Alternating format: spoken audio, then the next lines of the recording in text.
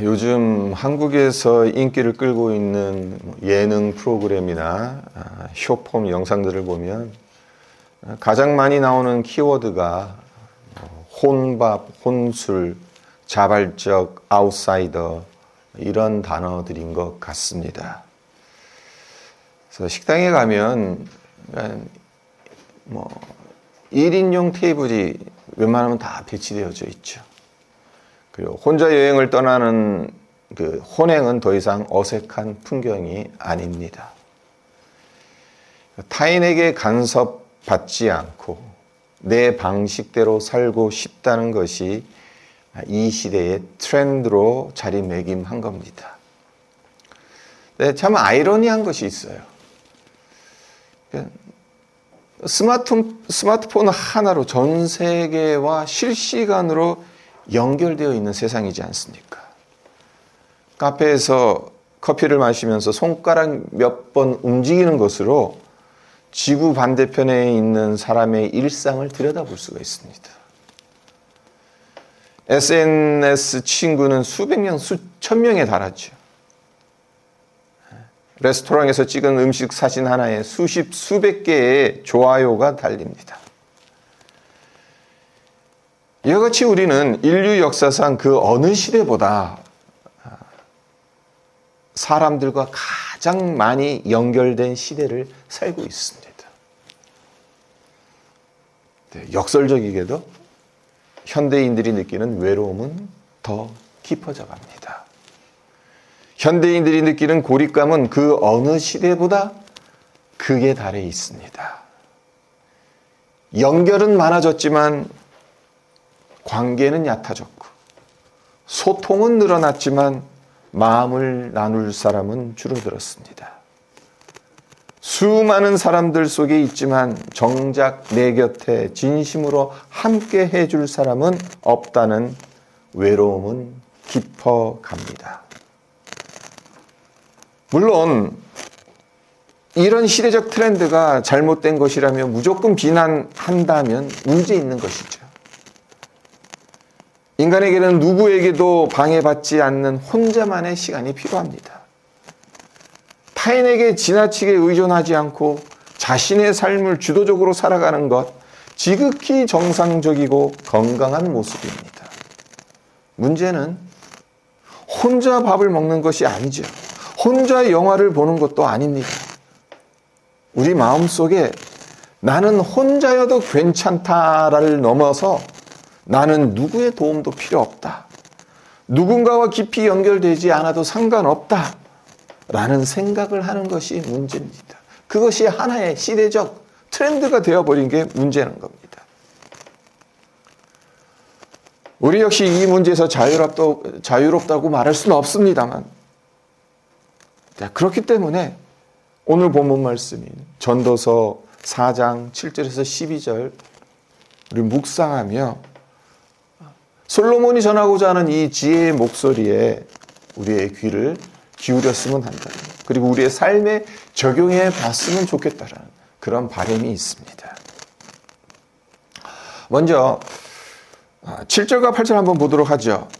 내가 또다시 해 아래서 헛된 것을 보았도다. 어떤 사람은 아들도 없고 형제도 없이 홀로 있으나 그의 모든 수고에는 끝이 없도다. 또 비록 그의 눈은 부요를 족하게 여기지 아니하면서 이르기를 내가 누구를 위하여는 이같이 수고하고 나를 위하여는 행복을 누리지 못하게 하는가 하여도 이것도 헛되어 불행한 노고로다. 자, 여기 보면 한 사람이 등장하죠. 어떤 사람입니까? 자식도 없습니다. 형제도 없습니다. 의지할 가족, 마음을 나눌 친구가 없는 말 그대로 완전히 혼자인 사람입니다. 네, 이 사람의 삶을 들여다보면 참으로 기이합니다. 자, 부양할 가족이 없으니까 먹고 살 만큼 일을 적당히 해도 괜찮잖아요. 하지만 그렇게 하지 않습니다. 그의 손은 쉴 새 없이 움직입니다. 발바닥이 닳도록 분주하게 일합니다. 그래서 전도자 솔로몬이 말하는 것이 그의 모든 수고에는 끝이 없다. 어떻게 보면 존경받을 만한 인물이죠. 혼자 사는데, 부양할 가족도 없는데, 무엇을 위해서 그렇게 열심히 일하는지. 좋은 동기로 하면 참 존경받을 만한 사람일 겁니다. 왜 이 사람은 왜 이렇게 혼자 일하는 것일까요? 고독을 자처하며 스스로를 혹사하는 것이겠습니까? 솔로몬은 그 숨겨진 내면의 이유를 이렇게 밝힙니다. 나를 위하여는 행복을 누리지 못하게 한다. 지금 6절에 보면, 8절에 보면 그런 말이 나오죠. 8절 중반쯤에 보면. 나를 위하여는 행복을 누리지 못하게 한다. 이게 무슨 뜻이냐면요. 만약 다른 사람과 동업을 하거나 동반자를 곁에 두면 어떻게 되겠습니까? 내가 밤새워 피땀 흘려 벌어놓은 재물을 그 사람과 나누어야 합니다. 이 사람은 이게 죽기보다 싫은 거예요. 내 몫이 반으로 줄어드는 것을 견디지 못하는 탐욕과 이기심 그리고 타인을 향한 지독한 불신이 그를 지배하고 있기 때문에 내 몸이 부서지고 내 영혼이 메말라가도 혼자서 죽도록 일을 하는 겁니다. 그래서 그 수고가 끝이 없다는 거예요.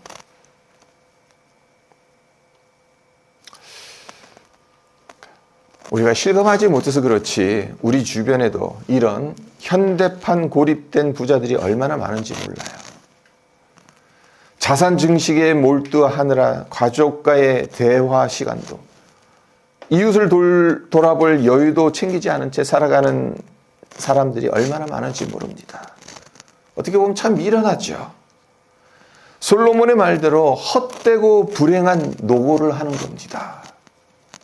문제는 이런 삶이 불행하다는 사실을 알면서도 경쟁과 불신 그리고 욕심 때문에 스스로를 고립시키며 살아가는 사람들이 너무나도 많다는 점이죠.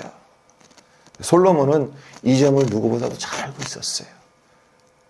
그의 삶을 회고해 보면서 자기 자신이 이런 모습들이 있었다는 것을 발견한 거거든요. 그래서 독불 장군처럼 홀로 살아가는 인생의 허무함을 이야기하는 겁니다. 근데 거기서 끝나지 않죠. 그 대안으로 함께하는 삶의 중요성을 피력하죠. 그게 무엇입니까? 세 가지를 이야기합니다. 자, 먼저 9절을 보세요. 두 사람이 한 사람보다 나으면 그들이 수고함으로 좋은 상을 얻을 것임이라 라고 되어져 있어요. 그래서 여기서 좋은 상이란 수고의 보상이 더 훌륭하다는 뜻입니다. 쉽게 풀어서 말씀드리자면 이런 뜻이 됩니다. 자, 산술적으로 혼자 일해서 100을 얻으면 두 사람이 일할 경우 정확히 200을 얻어야 맞죠.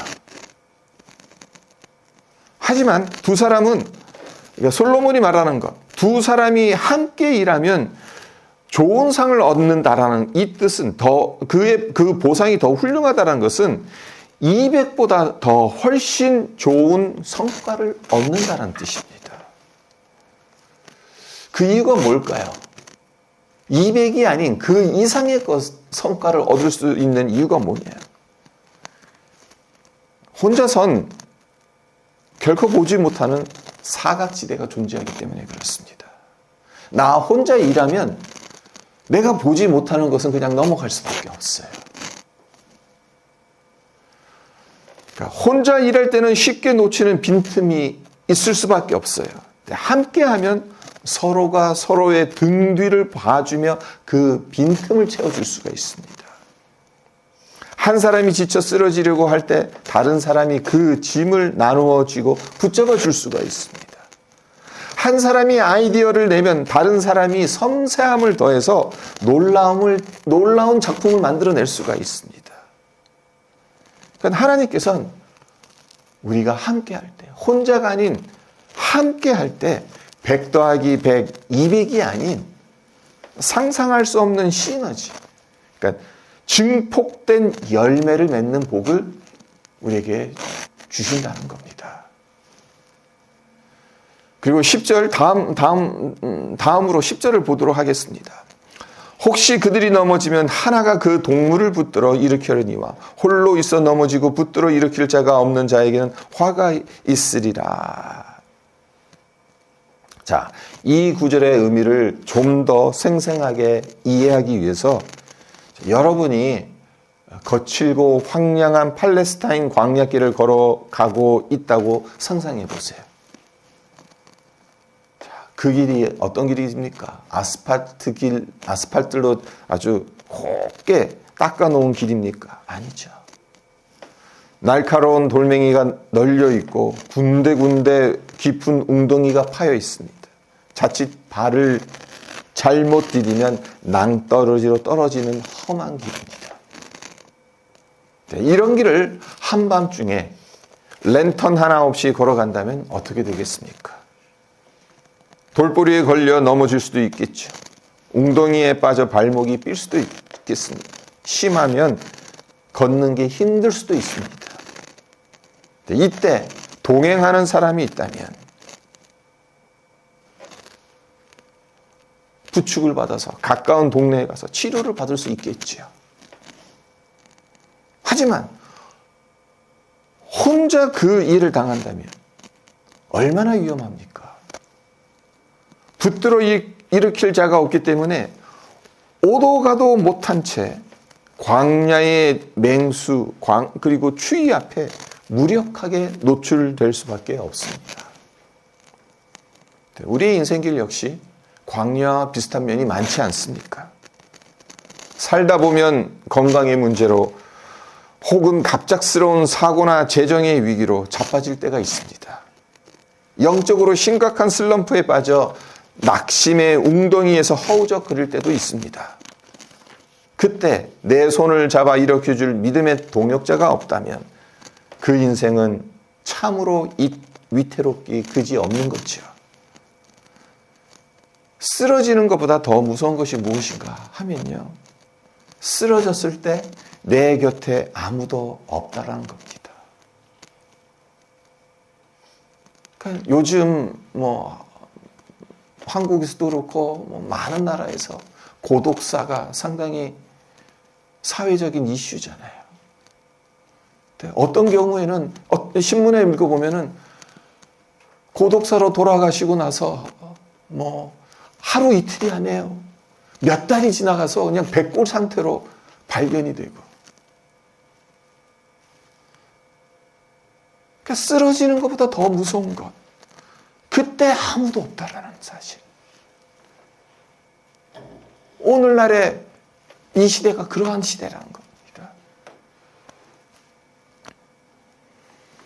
자, 함께하는 삶이 왜 중요한지 세 번째 이유가 11절에 나옵니다. 11절을 보겠습니다. 또 두 사람이 함께 누우면 따뜻하거니와 한 사람이면 어찌 따뜻하랴. 광야의 기후가 매우 독특하지 않습니까? 낮에는 태양이 자결하여 매우 덥지만 해가 지고 밤이 되면 기온이 급격하게 떨어져서 뼛속까지 시립니다. 그래서 혼자 야숙하게 되면 아무리 두꺼운 옷을 껴입어도 쌀쌀한 밤 공기 때문에 잠을 청하기 어렵습니다. 하지만 두 사람이 등을 대든지 아니면 서로 껴안고 자면 서로의 체온이 전달되겠죠. 그래서 따뜻하게 잘 수가 있습니다. 그 온기 덕분에 혹독한 밤을 견뎌내며 아침을 맞이할 수가 있습니다. 우리 인생 역시 이와 비슷합니다. 살다 보면 예고 없이 시리고 어두운 밤이 찾아옵니다. 몇십 년간 동고동락했던 배우자를 하늘나라로 먼저 떠나보내고 홀로 남겨진 밤. 평생을 바쳐 일궈온 사업이 인생 하루아침에 기울어 앞길이 막막한 밤. 믿었던 자녀가 엇나가 가슴을 쥐어 뜯으며 눈물로 베개를 적시는 밤. 이런 인생의 밤을 혼자서 끙끙 앓으며 보낸다면 그 마음이 얼마나 시립고 춥겠습니까? 하지만 그 밤에 찾아와 함께 울어주고 함께 기도해주고 함께 시간을 보내주는 믿음의 식구들이 있다면 그 낙심의 밤, 절망의 밤을 견뎌낼 수 있겠죠. 그러니까 교회가 존재하는 이유 중에 하나가 이겁니다. 우리의 영혼이 영적 저체온증에 걸리지 않도록 서로의 온기를 유지하게끔 해주는 하나님의 선물이 교회라는 공동체인 거죠. 자, 이제 오늘 본문의 핵심 구절인 12절로 넘어갑니다.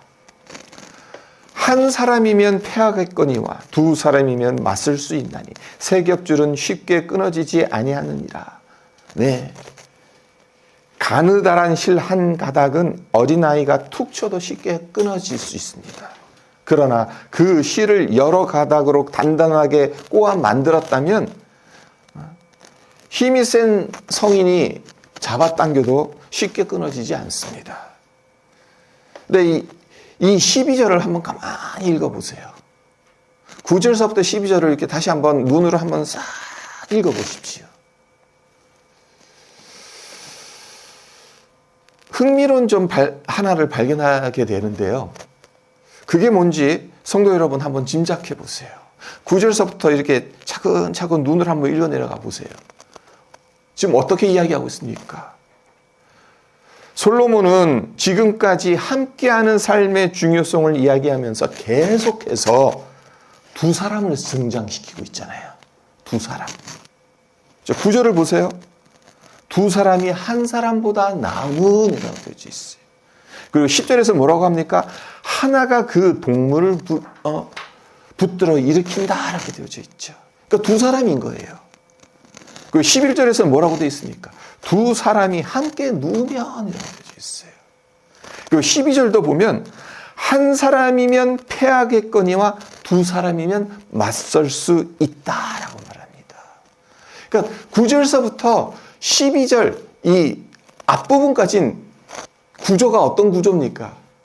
두 사람에 관련된 이야기입니다. 그렇다면 문맥의 흐름과 논리적 구조상 12절의 마지막 부분 어떻게 끝맺어야 자연스럽겠습니까? 두 겹줄은 쉽게 끊어지지 아니하느니라 이렇게 말하죠. 이제까지 다 둘에 대한 이야기를 했으니까. 하지만 솔로몬은 두 겹줄이라고 말하지 않고 여기에 한 가닥을 더 얹어서 세 겹줄을 이야기합니다. 이제까지 계속해서 두 사람에 대해서 이야기하다가 갑작스럽게 뜬금없이 두 겹줄이 아닌 세 겹줄을. 그러니까 비유적이죠. 그러니까 세 사람이 되는 거잖아요. 왜 이렇게 말하는 것이겠습니까? 왜 갑작스럽게 두 사람이었다가 한 사람이 들어오는 것이겠습니까? 이 뜬금없는 세 겹줄의 등장을 입체적으로 풀어보면 이렇습니다. 만약 줄이 단 두 가닥으로 꼬여 있다면 어떻게 되겠습니까? 두 가닥의 실은 서로를 지탱하는 것 같지만 사실은 아슬아슬하게 서로 꼬여 있을 뿐입니다. 한쪽 실이 팽팽한 긴장을 견디지 못하고 끊어지면 남은 한 가닥도 순식간에 힘을 잃고 풀려버립니다. 자, 인간관계에서도 마찬가지입니다. 두 사람이 마주보고 손을 잡고 있으면 좋은 시절엔 단단한 버팀목이 됩니다. 서로에게. 그러나 어느 한쪽이 예기치 못한 위기를 만나 힘이 빠지거나 시험에 들어 넘어져 버리면 그 손을 잡고 있던 상대방도 어떻게 되겠습니까? 중심을 잃고 와르르 무너져 내리게 됐죠. 이것이 인간이 가진 두 겹줄 관계의 한계입니다. 혼자보다는 둘이 낫습니다. 하지만 한계가 있다는 겁니다. 그러나 세 가닥의 실을 한번 생각해 보세요. A, B, C라는 세 가닥의 실이 있어요. 그래서 A는 B와 꼬이죠. 그리고 B는 C와 꼬입니다. C는 A와 꼬입니다. 그래서 서로가 서로를 꼬면서 서로를 촘촘하고 단단하게 붙잡아 줍니다.